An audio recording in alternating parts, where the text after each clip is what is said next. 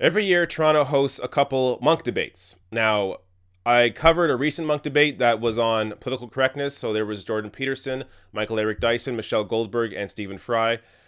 I covered that. It was interesting, but there has been this issue with monk debates where the entire premise of the debate is flawed.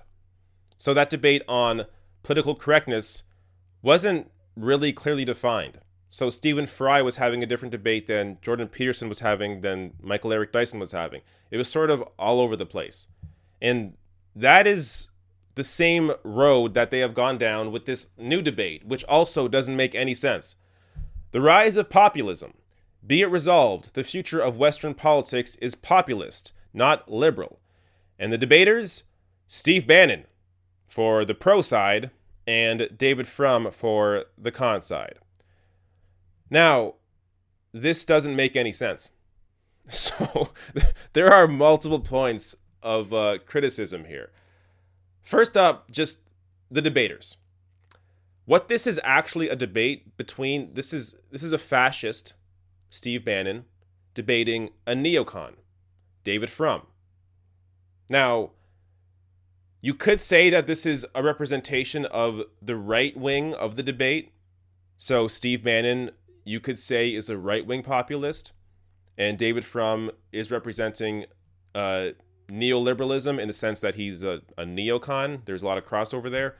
So you could say that this is maybe a right-wing version of this debate. But to say that this is a debate about populism is just dishonest. That's not what this is. So populism, the mainstream press has misidentified what populism is. They keep using populism as synonymous with right-wing policy, but it's not. Populism is not inherently right-wing.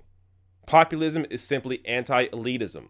It's policy that represents the best interests of the people versus those that have all the power.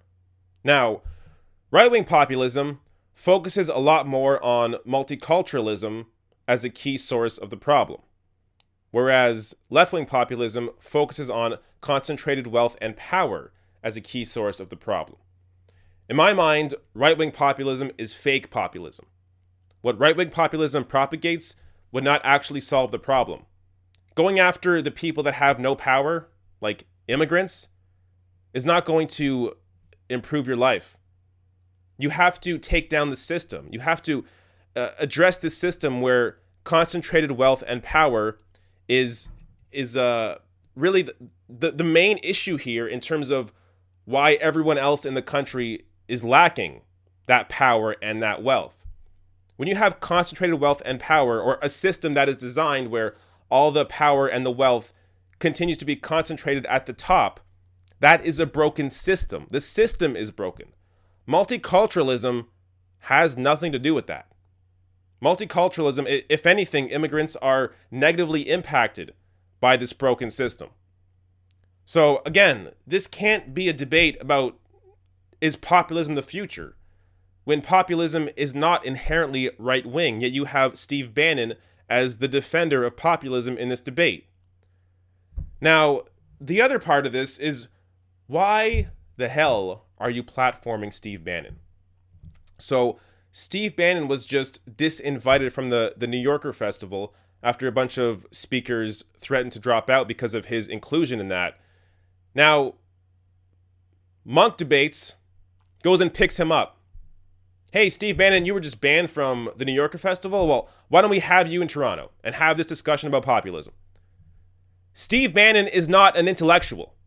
He is a terrible person. He is a fascist. He is a Nazi. That's who Steve Bannon is. Nobody should be platforming Steve Bannon or treating him like he is some intellectual. He is a fucking moron and a terrible person. Now, David Frum is also a terrible person.